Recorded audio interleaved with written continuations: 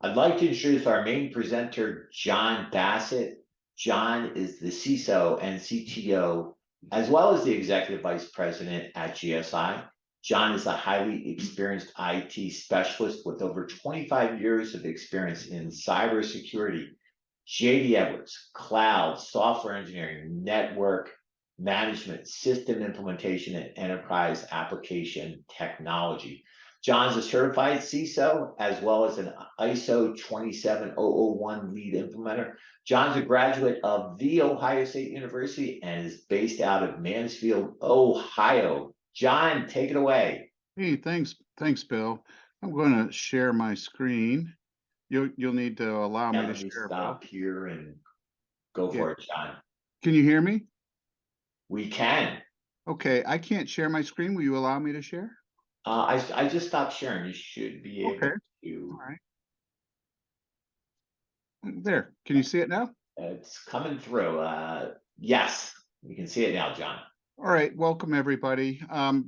Today's session is going to focus on that first bullet point, 3 ransomware walkthroughs. And what we'll do is go through 3 actual cases, what happened, what they did to get back up and running, how long it took, what tools they used afterwards to guarantee that it won't happen again.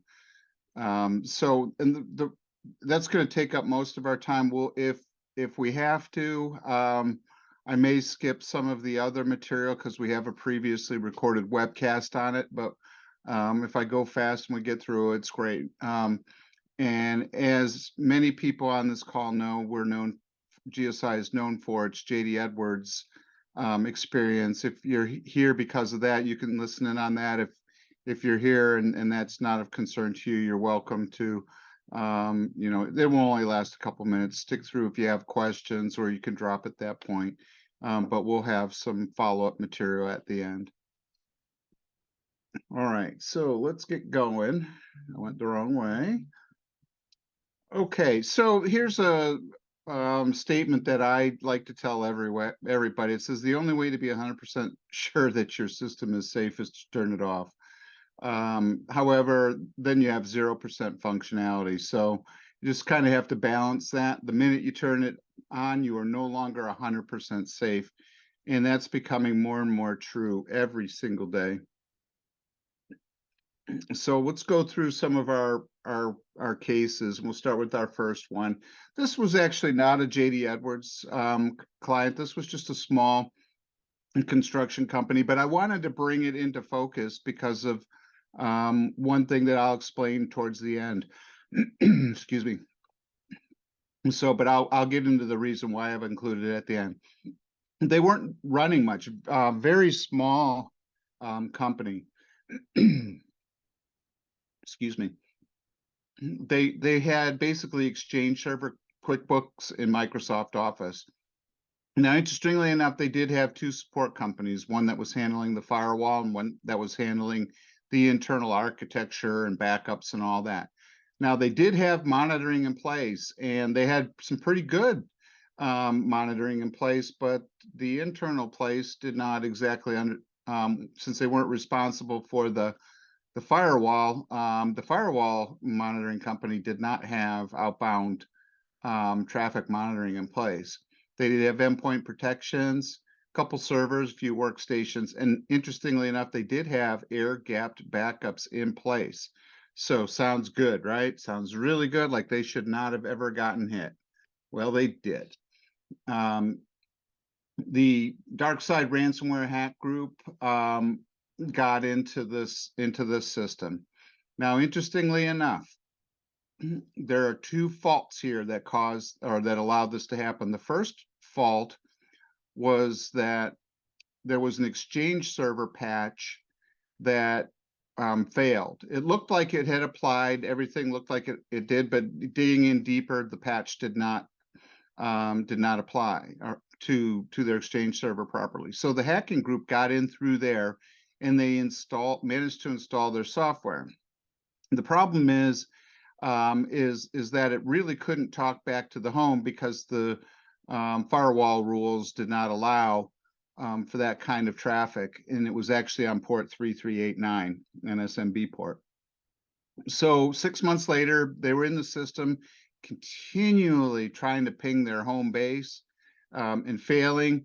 But then the second software group took an update to the firewall, and they failed to put back in the rules that they had in place before that. 3389 happened to be a hole that was opened up. So now the software that was installed that had been waiting for 6 months had a way to get through the firewall, report it back to home, and then the dark side group did their thing, spent some time looking in the system, and they also they encrypted the data, but there was no useful data exfiltration to have much to work with. You know, their own personal bookkeeping software wasn't of much interest to them. So let's talk a little bit about the resolution. So in this case, no ransomware was paid. They did have offsite backups, and they had to restore from the offsite backups. I told you that they had an air-gapped data backups, but here's what happened. When the resolution team tried to bring the backups back online, they had not completely eradicated the attack, and as soon as they established contact with the air gap database, it started getting encrypted. So you had air gapping, but what was wrong about it is it wasn't locked air gap. Locked meaning you can't touch it afterwards, you know, read only. It was, once it was put online, it too was hacked. So they lost a few days of QuickBooks data. Some mailboxes had to be restored from PST files. They did use that, and it took about a week to become 100% functional. Now, interestingly enough, the resolution team got a face-to-face visit with the FBI on this one. And it's not that this small construction company was of any interest to the FBI per se. They were, but where they were more interested is that the ransomware group was really using this as a jump point. They were using this company to get in from out of the country to attack other companies in the United States and look and appear to get around the fact that they weren't located here. So they weren't really interested in this company, and they did not exfiltrate data. They did start wiping out data to cover their tracks, but that was about it. So very, very interesting. Some lessons learned: the air gap backups were not locked. They waited for all the file systems to be mounted to get encrypted, to encrypt the backups. You got to lock your backups. Even an admin, you know, if you can hack the admin's account, that can be a problem. Patches need to be double checked. Even patches that shows applied, in this case, they weren't applied, even though the patch said successful. So it was notification of success, and it really wasn't. They also did not have a procedure for validating firewalls during that upgrade. And of course, there could have been better communication between the two vendors, one really not paying as much attention to the other as they both should have. And they also did not have an incident response plan. And you really should have that, even if you're a small company, have some sort of plan in place, you know, like setting up, you know, getting, and I'll talk about this later if we have time, getting a Bitcoin wallet set up ahead of time, getting the Tor browser downloaded, just a few things, because the last thing you want to do when if you're being attacked, if you're thinking to pay, the last thing you want to do is take a day or more to get your Bitcoin wallet set up, because it will take some time. You really have to prove who you are, and it is not something that happens in 15 minutes. So in planning ahead, getting your incident response plan, double checking your backups to make sure the backups are valid, that you have an offline backup. In this case, they did have an offline backup, and that helped save them. So some things that they could have used, they did not really have any guidance. vCISO offerings, you can get a very small contract that even a company of this size could afford to pay for vCISO, virtual CISO, which is a shared resource. If they'd had a tool like ThreatLocker for listing and ring fencing, that might have helped prevent things like their QuickBooks from getting taken down and encrypted, and maybe also their Exchange server. A SIM might not be affordable for a small company, but at the very least, you need to be looking at your outbound firewall logs. SIMs make that a little bit easier. So at the very least, you need to be looking at those logs.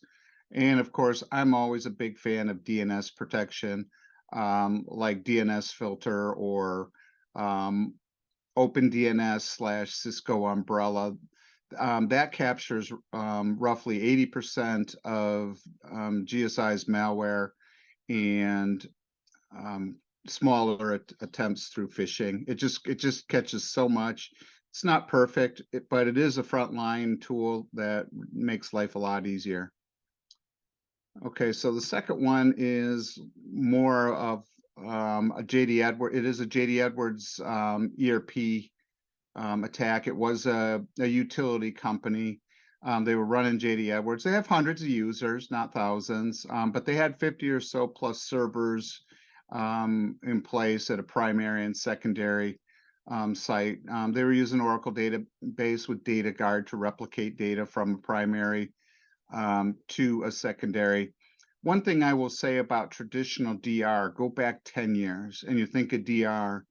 DR was primarily designed to protect you against architecture failure, hardware failure, network failure, communications failure.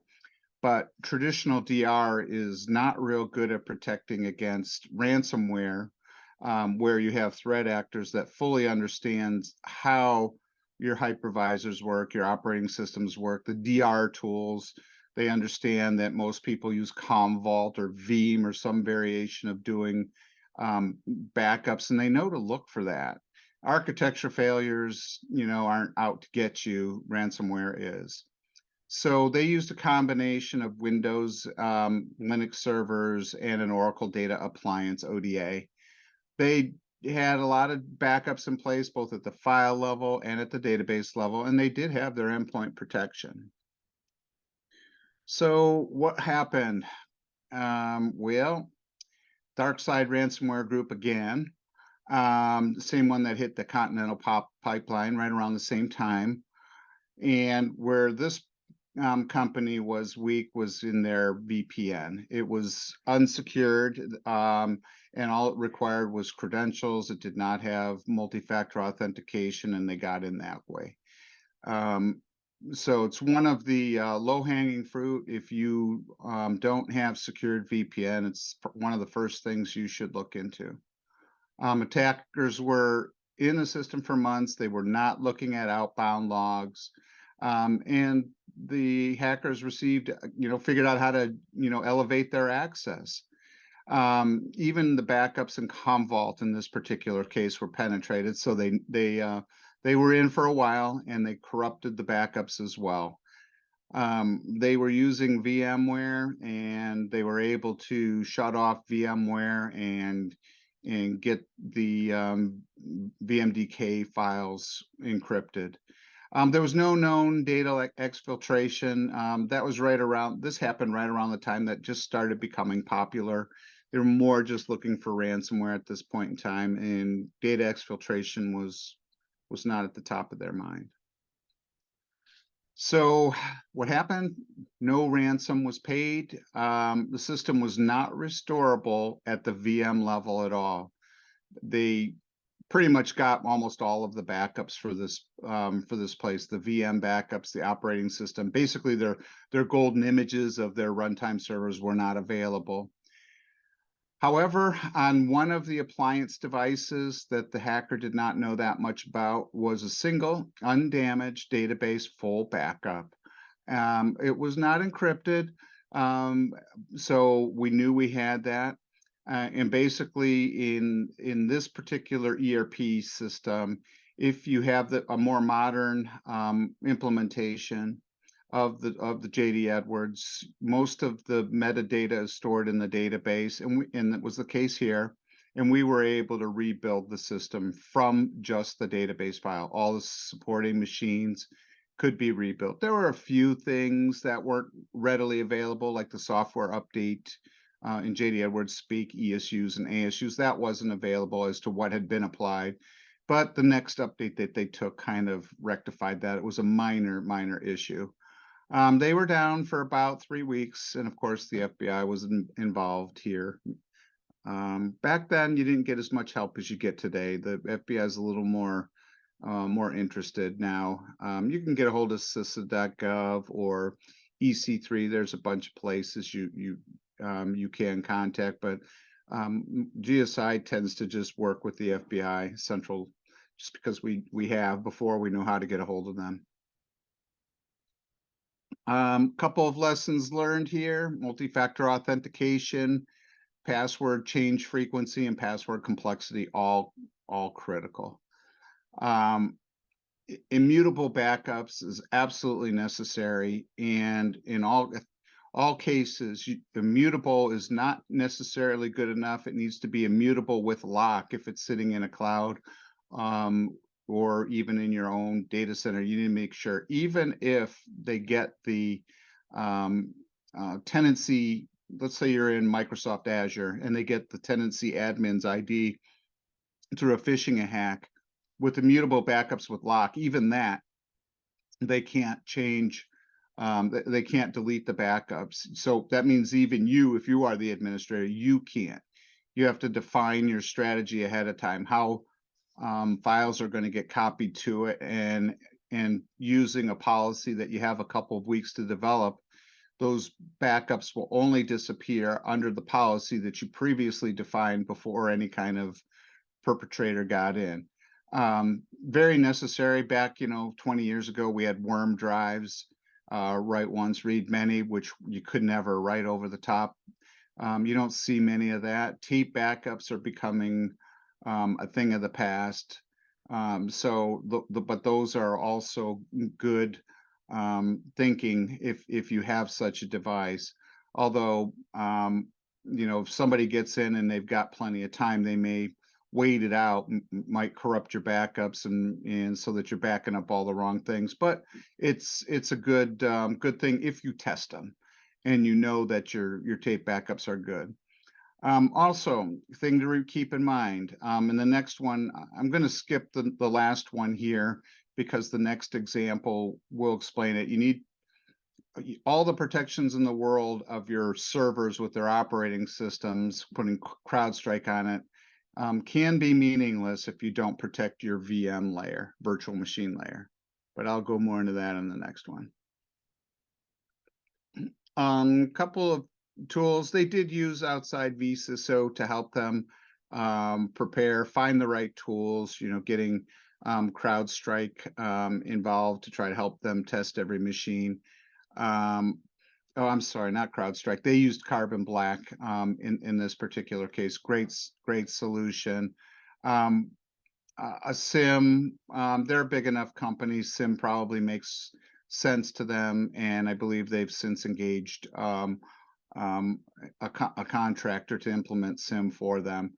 Zero trust solution, like we mentioned before, Threat Locker with ring fencing, always helpful in preventing, even if somebody gets in, if they have no permission to do anything, not able to install their nefarious software, it would certainly assist. So the third one, this was really big and very, very, very serious. This was a data center that got hacked, so a private cloud provider, and they housed multiple companies. Their back end, they were running primarily Cisco, UCS, VMware, and in process of making many updates to that. They used to use Commvault, and they were switching to Veeam, and they were halfway in between that migration. They did have offsite backups going to Iron Mountain, and they had multiple locations across the United States. And their primary tool for DR was using a tool called Zerto, which is a really cool replication software package. All right, so what happened? So the data center here was breached. One of their many clients was the entry point. Black Hat was the threat actor. So this, we call it client zero or patient zero, whatever you want to call it. They had a device, a VPN device that was being managed by the data center. And apparently it was set up a long time ago, and this particular account also happened to match the password of their VMware administrative console. So the Black Cat group was good enough that they got into this one location and they were able to then break into the hypervisor. Now, the suspicion was that this Black Cat group was not aware that they were infiltrating a data center.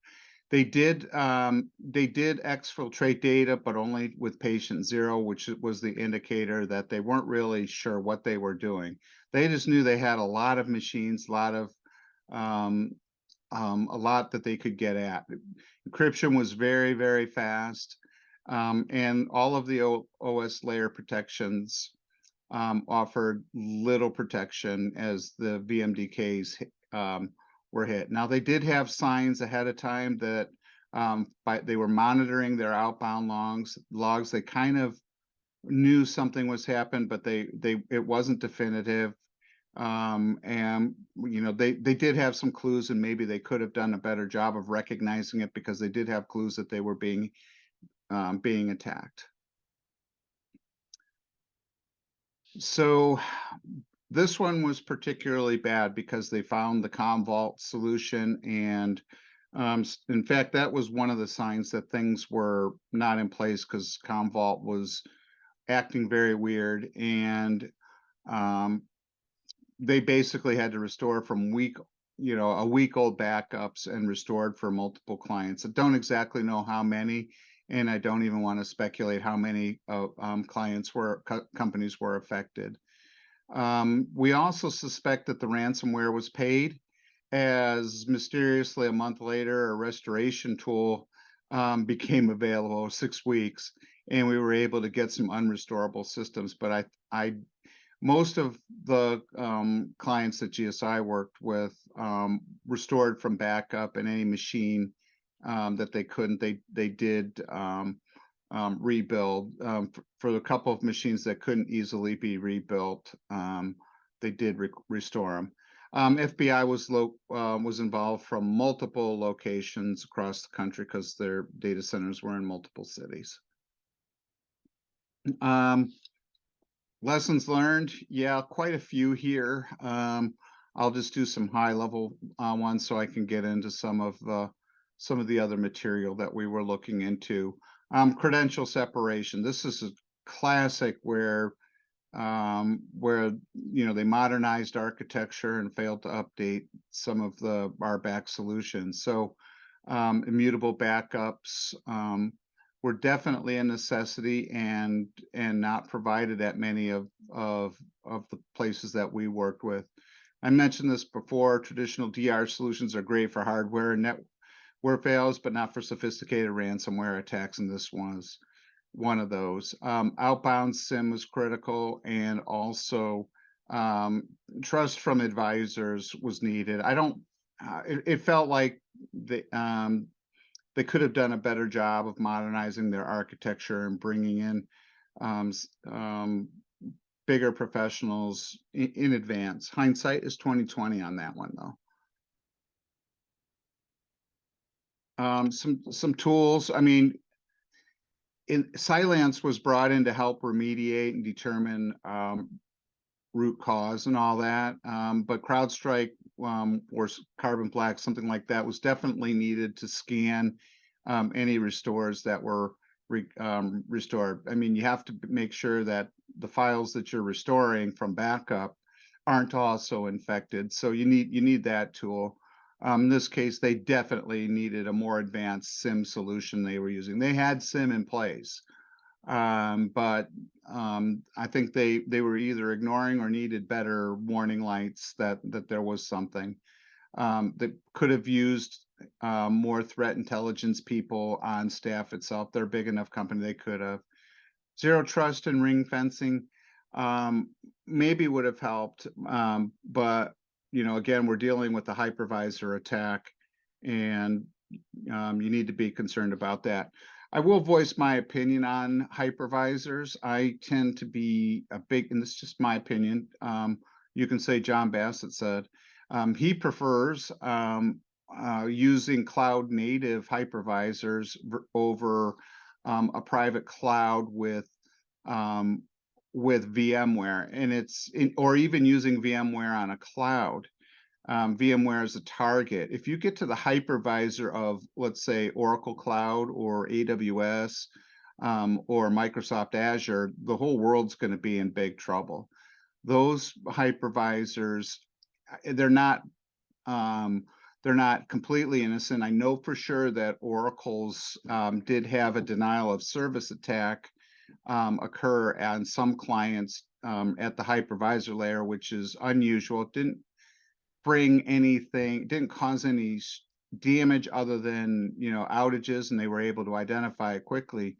But it just feels to me that it's going to be harder to break into a cloud native hypervisor over VMware. I know some people might like to take VMware and move their entire infrastructure from either on-premise or a private cloud and move it into the cloud. But I would hope that your plan would have something in the future to go to more cloud native. Again, it's just my personal preference. Okay, so that's it for the 3 ransomware attacks. And just so everybody, I didn't do the disclaimer. In no case was GSI supporting the infrastructure itself. We were not. I shouldn't say infrastructure. I mean cyber defense. We were not responsible for cyber defense for any one of those clients. They had their own solutions or the data center solution, not us.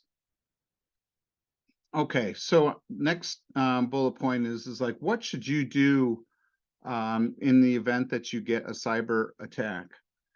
Well, the first thing you want to do, I mean, first thing everybody's going to do, let's be honest, you're going to panic, right? I mean, that is the natural thing to do. And unfortunately, hopefully in a very quick time frame, you get your bearings straight, because you're going to need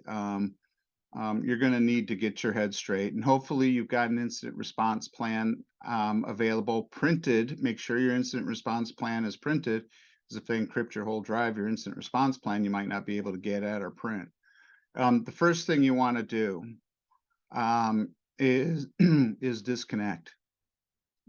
Immediately air gap, shut down infected systems.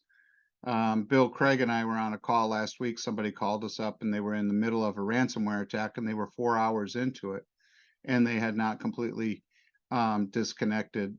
And when the advice we first gave them is like, let's first and foremost separate your primary and DR sites. They were a remote company. Going to the data center to disconnect wasn't as easy, but they had the ability to get to their firewalls and switches, and basically make that system unavailable to the internet. So you need to immediately air gap and shut things down. You may need to disable Wi-Fi and look for connected shares. Unplug any USB devices if you had. Don't erase anything. Now, sometimes you could be in the act of your files could be getting encrypted as you're speaking, so it's things you're going to have to look for. Watch, for any antivirus auto isolation, and the reason why you want to do that is it might be able to tell you what files are being causing the problem. Maybe the hackers installed something new. Maybe they are using a legitimate program. You need to know you need to know what what the names of those programs are to maybe even detect what variant of the antivirus that you have. Gather any metrics. You may or may not be able to find the root system, patient zero, but it will become important as things go on. Okay, so now after you're air gapped, hopefully at least the ransomware company has been disconnected from you. You may have some ongoing encryption going on. You know, that's going to be a part of the game. You're going to have to figure out if you need to shut the machine off to stop that. That's what one of our clients did, and that worked out okay. But you're going to need to start determining the attack scope. You know, did they go vertically or horizontally in your system? What devices are affected? Was your and the big one is your network storage affected? You need to look for any, and also you're going to need to know if, you know, maybe some people had stored some files out on cloud shares, SharePoint, OneDrive. You might be able to get some data back from that if people have done that. You may have policies against it, but if you don't, it might be a place to look for recovery options. You're also going to, after you, in fact, I almost think this is step 2. And you could do this is after you've air gapped your system, contact your insurance company right away. Your cyber insurance company may dictate who you use to work with you. They may have an attorney. They may have a relationship with CrowdStrike or one of the other companies. So you're going to want to get a hold of them immediately. You're going to want to contact the FBI. It may be required for insurance. It may be required by compliance laws. In some cases, local police may have jurisdiction. Just keep that in mind. You may need to note the jurisdiction, especially if, like, there's banking. If somebody gets you to pay you know, you change an ACH deposit or something like that, you may need the local police. So I just included a couple of links to CISA, FBI, and IC3. Step 4, determine malware strains. The reason why you want to do this is because up front, before you've decided whether or not you're going to pay the ransom, if they're using a malware strain that there's already a decryptor, it might help you decide whether or not you're going to pay the ransom. Again, many of the ransoms will say they've extracted your data. If you have no proof of that, you may wish to just decrypt and move forward. The FBI also has decryption tools, so that's another thing to think about. Different strains need different amounts, and you might be able to negotiate time and or money. Ransomware negotiation is a special skill, and it's something you probably don't have unless you've been hit before and have done this multiple times. I do recommend contacting a qualified ransomware negotiation company. Put it in your incident response plan who that is. Maybe even call them in ahead and you know, just set them up as a, you know, somebody to call. Just say, hey, I'm in the event that we are ever attacked, we'd prefer to use you as a ransomware negotiation. Who do we put into our incident response plan? And just take some notes and establish that. Modern attacks, it can hide in embedded devices. Before this call, Bill, Mike, and I were talking about this Hack5 company has made power cords, USB power cords that have built-in attack devices right in what you would think is a power cord. And it also can bypass some security because it will be thought of as a power device, not a drive device. So you have to be really careful on that as well. And they use a variety of tools and exploits and multiple strains of malware. All right, so now you need to think about step 5, and might be some of these steps you might do simultaneously, especially if you have multiple people. Evaluate your response options. First response is probably going to be to restore from a recent backup. You need to make sure that your backups have not been affected by malware as well, and they may have. Restore using the third-party decryption tool if one is available. don't count on it though. Really don't count on it. Third response, pay the ransom, and you need to understand your date, your deadline. This may be economically and or legally not acceptable. Your insurance company can help you. Your internal legal can help you.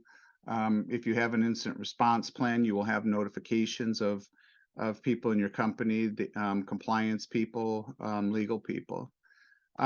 Fourth response, of course, you could say, oh, well, you know, we don't really need that system anyway, except the data loss and rebuild from scratch. That may or may not be an option. It sounds painful to me, but it is a choice you can make.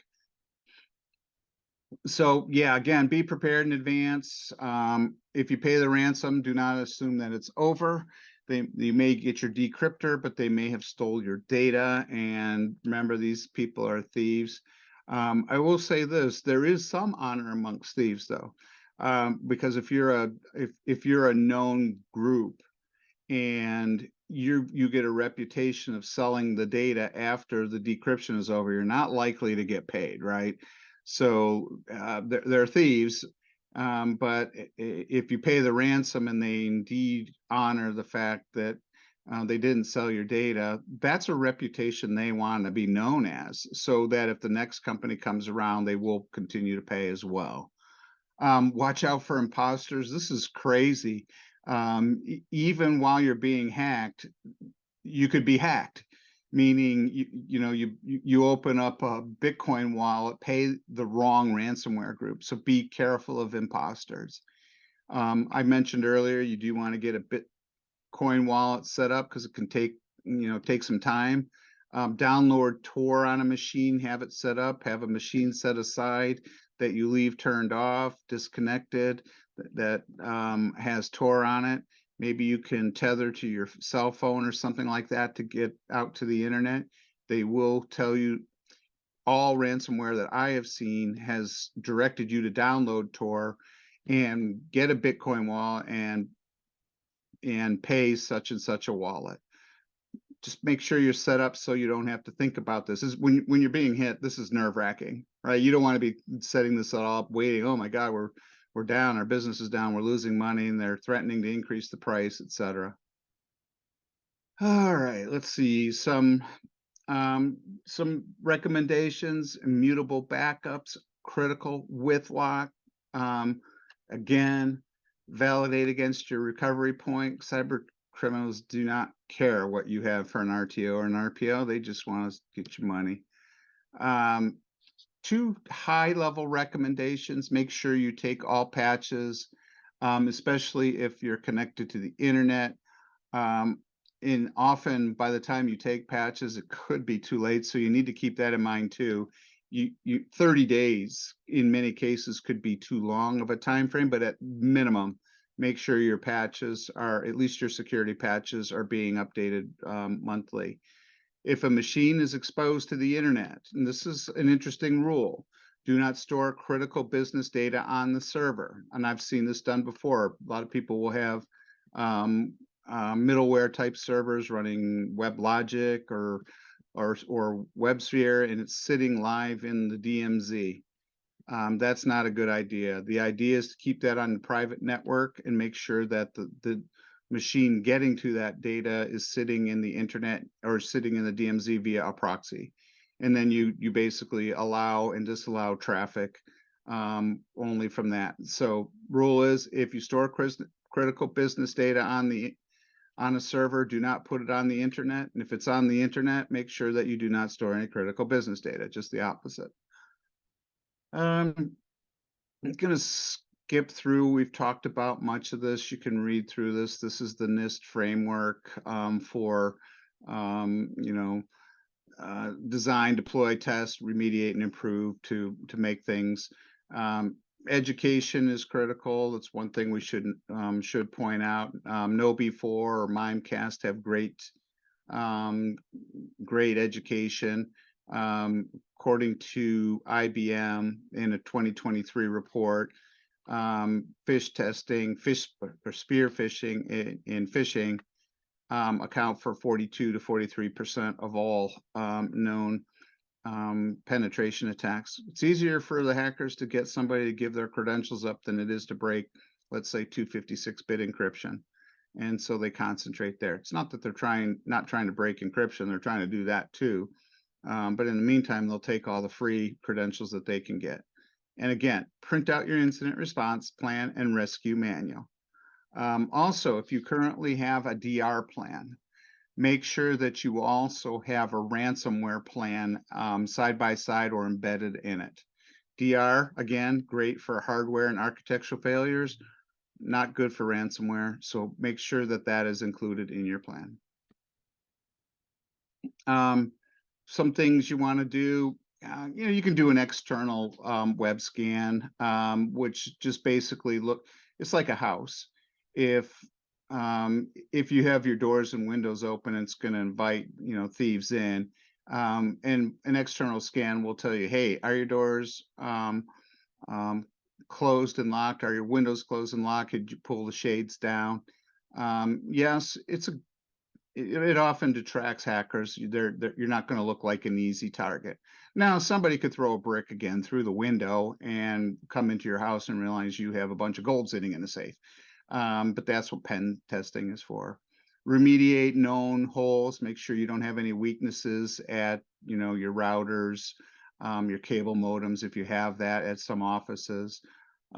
Open shares are terrible for sprawling, especially horizontal sprawl from one server to another.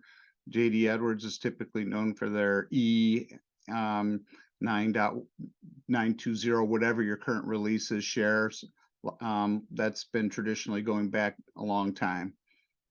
Command and control software, you want to make sure that you can block that and make sure you monitor your outbound traffic. And I already talked about DNS protection. Oh, by the way, I meant to mention KnowBe4 has a free tool to test your antivirus software. So if you want to see if you've got good protection, just go to knowbe4.com and search their free tools, and you will find a tool that will test your antivirus. Additional recommendations, I think we talked about this. VPN, make sure you use multi-factor authentication. Consider SD-WAN, zero trust solutions. Zero trust, always a big fan of that. Look at your network security, consider a least permission approach. Assume no access unless granted back in. Consider screening some files. Block all attachments if you have to in your email. I wanted to do that, but I was told that would be counterproductive at GSI. But we do have link scanning and attachment scanning built in through our Office 365 advanced threat protection. Implement software restriction policies or something like Threat Locker, which basically says you can't update anything unless it's gone through an approved list. And the approved list actually goes through scanning from roughly 50 different sources. Avoid free or cracked software, especially on phones. It's better because those hackers take out ads and their little code snippet that they put in there can be cracked. If you buy the program, you're not as likely to get hacked because you're not going to have any pop-ups come in for that. Complex passwords, of course, and or a password vault. I love passwordless if you can use it. Most people say, "Oh, no password." Well, passwordless actually is safer than passwords because it uses something other than typing a password in to validate that you are who you are, where you're signing in from. Maybe eye scanning, maybe SSO through your Active Directory or something like that. And do not expose RDP. That one's deadly. If you got our port 3389 open on, use Bastion or something like that, or a soft MSP style tool, enable to connect a machine without VPN. They use port 443 for those things, but they're much harder to break through. Now for the JD Edwards people, only have a few things. In a couple months, GSI is going to do another round of this, but we're going to bring our friends from Oracle in with us to talk a little more about what they're doing. If you're on an older version of JD Edwards that does not have system files in the database, I'd advise you to look at things like PDFs and media objects and the deployment server, C files, etc. The database replication tools are just very mature. Data Guard, Golden Gate, and the SQL Server tools. And then you can use immutable database backups. Eliminate all shares, the E920. Hide them if you have to have them, and only allow traffic from the persons that need them. I mentioned this earlier. If you're on ERP 9.2 and some of the later tools releases, I think it's a version of 9.263 and higher, maybe. I'd have to double check on that. You have the ability to rebuild your system from the database, even if you lose all other machines. In general, servers like web servers, AIS servers, and even enterprise servers can quickly be rebuilt quickly and easily. And even some of the newer, like the 9.2.7, I can't remember the dot release, and 9.2.8, have repositories for enterprise servers and web servers of some variety that if you lose the machine, you can quickly stand up a new one and just, attach to that repository and pick up where you left off very fast. But you got to have your database. If you store system file objects on those machines, you may need to recover those separately. Maybe have some integrations that dump data files on that you need to be worried about, but you have to analyze each machine. One of the things that a lot of people try to do is network security. However, JD Edwards network segmentation and security groups for cloud. JD's chatty. If you want to keep your database, enterprise server, and web servers on the same segment, you can put an AIS server in a DMZ or protected or public-facing network if it's just using it as an integration point. But you'll see performance suffer. We've even seen systems that have like 2 millisecond latency suffer if the database and the web server are on different segments. So there's tuning you can do, of course, to make that go faster. But in general, it's your system speed versus system security need to be considered. Deployment server and development workstation should all be on the same network, but less safe. You could put them in its own subnet or network security group. But again, be prepared to put it back if performance is poor. Put all the servers behind the firewall, and do not allow access to the internet, even for patching. Use a patch server for that process. Basically, what you're saying is sacrificial machine. If it's hacked, oh well, you can rebuild it, nothing lost, and you can get your patches from elsewhere. We've seen a lot of ransomware attacks to JD Edwards clients where there was no MFA on VPN. I do recommend immediately getting that taken care of. Also, watch out for integrations, especially ODBC connectivity. You got to think about that too. A lot of the newer tools releases do support encryption at the database layer. That may help that some. And I'm going to make this fast. If you upgrade to 9.2.6 and higher, this was true 2 weeks ago, but I heard that 9.2.7.5 is now available.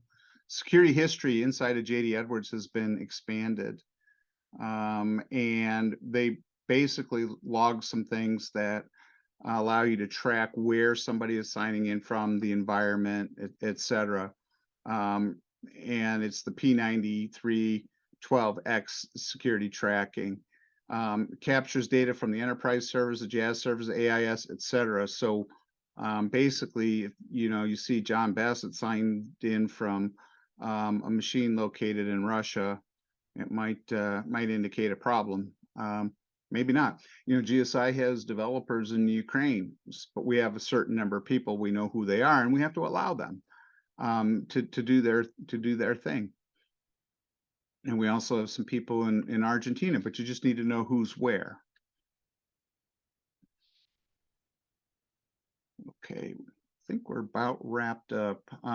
Just the recent security improvements with JDE, at the, for the security history, they do provide you with some UDOs, and provide you with some dashboards. It'd be nice, and we'll talk about it, if you can feed the data from that table into a SIM to correlate with other potential attempts. And that's just around the corner, for somebody to do that.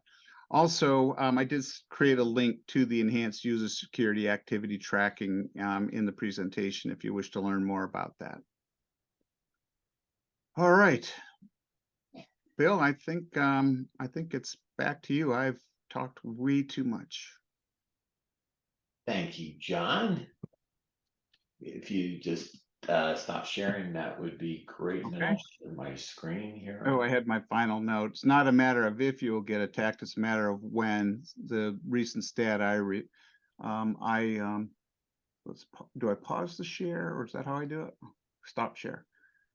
Yes. 70% of all companies have had some form of ransomware attack at this point in time. So it is not a matter of if, it is a matter of when you'll be attacked. Got to be prepared, be ready, do everything you can. Intrusion prevention is nice and handy, but intrusion detection is 1000% required. And the faster you can detect, the better. All right. Thanks, Bill. It's all yours. And just let me know when you can see my screen here. Hang on one second, just bringing it up. Yep. Okay, perfect. Thanks, John, so much. Now I'd like to cover a few follow-up items, and then we're going to move into our question and answer session. I know we're kind of running a little bit low on time, so we'll move through here quickly. We ask you please take a minute to click on the link in the chat to complete a very short survey before we get into the Q&A. Your feedback is really, really appreciated. And if you do complete the survey, you'll be entered into a chance to win a $25 Amazon gift card. And I'll just give you a chance to just give you 15, 20 seconds to fill that out. Again, you'll find that in the chat.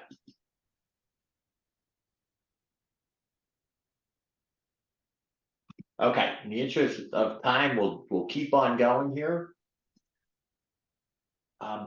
If you would like to set up a complimentary consultation on how GSI can help address any of your cybersecurity needs, you can reach out to me via my contact information, which you see on the screen. I also just chatted that information out to you. And you can find the chat in the Zoom menu bar. You'll see that little chat icon in the Zoom menu bar. I do want to mention GSI provides extensive free educational resources. We have weekly educational webcasts. We have our monthly newsletters. John has done lots of amazing videos out there on YouTube and Cybersecurity, JD Edwards. We've got lots of our consultants that have done great videos out there. We do participate in all the major events. You've probably seen John, Bud, and other people at our various conferences. You think of InFocus, you think of Blueprint, you think of regional user group meetings and various other conferences. And then we also have our workshops that we do both on-site and virtual. If you'd like to connect with us on any of our social media channels, you'll see them there. But with that said, let's get into our questions and answers. And I see we've already had a couple of questions submitted online. But I'd like to remind you, if you'd like to still submit a question, you see that Zoom menu bar, you click on the Q&A and you can submit your questions there. So let's jump on in. Let me bring up the question panel here and we'll switch over to our questions here. Okay, our first question comes in from Anu, and the question is for John. Do you know of any instances of hacking of the AS400 enterprise server? In our case, that is the only server that cannot be rebuilt immediately. Great question. A talk I had 2 weeks ago around a bunch of AS400 people. The only known attack that we are aware of are things that are stored in the IFS, which is basically a shared, or it's basically a file system compatible with Windows or whatever, but none on the iOS itself. We don't know of any. So you're not completely out of the loop, but we've never seen one. In fact, a lot of the data centers that we've seen that were hacked, the I-series was left operational. Thanks, John, and thanks, Anu. Our next question comes in from Anonymous. Very unique first name. Would you consider that having JDE enterprise servers on non-Windows operating systems and having an Oracle database would drastically lessen the risk of an attack? I won't say drastically, but it will. It generally does tend to. Like, you don't have a whole lot of choices now for non-Windows. Your other choices are various flavors of Linux, or I believe the IBM the I-series machines, whatever they call them, the Power 9 will run a version of AIX. Linux is less susceptible to attacks than Windows. So in I-series, as I've mentioned before, we don't know of any attack that occurred on the main I-series machine itself. Some corrupted files that were stored on the IFS were attacked, but it didn't affect or touch the main operating system. Okay, well, thank you, John, and thank you, Anonymous. Our next question, we'll probably wrap up with this question, since we're running low on time. But the question comes in from Dominique, and the question is, what do you think is the number one cybersecurity threat to companies today? It is, I think we alluded to that. It is definitely phishing. By far, 42%, something like that. Getting people to cough up their credentials. And it kind of goes in cycles as to what people attack. What we've been seeing in the last 2 years is encryption of VMware VMDKs, because it's like a one for many. You get multiple machines that way, and also data exfiltration as a result of it. So data exfiltration followed by encryption, most likely caused by giving up your credentials through a phishing attack. Thanks, John. Appreciate that. Okay, well, let's wrap up with our questions now. Did want to mention, if you would like to set up a complimentary consultation on how GSI can help address any of your cybersecurity needs, you can reach out via my contact information. And I've also provided that in the chat. Remember, GSI has a very unique position. We understand JD Edwards and we understand cybersecurity. We can help you in both, but certainly when the two come together, we have a tremendous skill set there that can help you out. So again, if we can help in any way, let us know. John, any closing comments? No, I think we've covered it all. Hopefully none of your businesses are ever never in this position. But I did have one final thought. The quickest I've ever seen a company get up and running from a ransomware attack is 4 days, which was remarkable. They had good backups. They were not exfiltrated, and I've seen it take over 6 weeks. So, in the event it does happen, be prepared. If you count on your ERP system to do payroll, make sure you have a manual payroll process in place that you can get checks issued to people. It's the most basic, most important thing that you have got to do in case you do get hit. Yeah, I did want to mention in that regard, everyone's probably familiar with the recent MGM hack. They got into their VMs there, but they got in through a VISH calling into the IT help desk. They got in that way.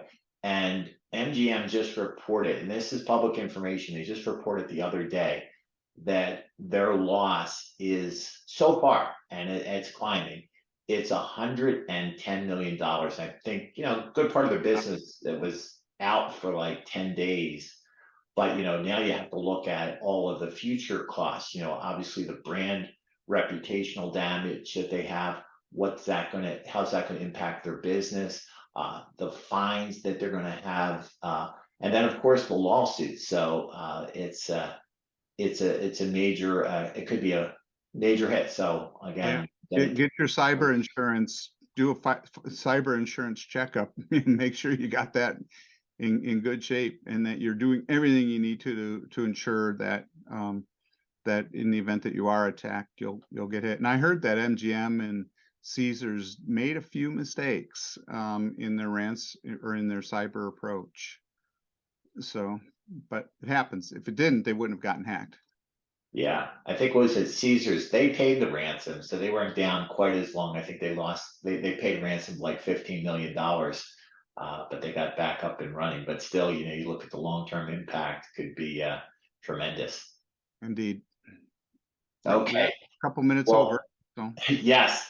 Well, thanks, John, and thanks everyone for attending today. We apologize for being a little bit over, but I did want to mention we will be sending out copies of the slides as well as a link to the recording if you'd like to share that with any of your colleagues. And again, if GSI can help in any way, please reach out and let us know. Thanks, everyone. Have a great day.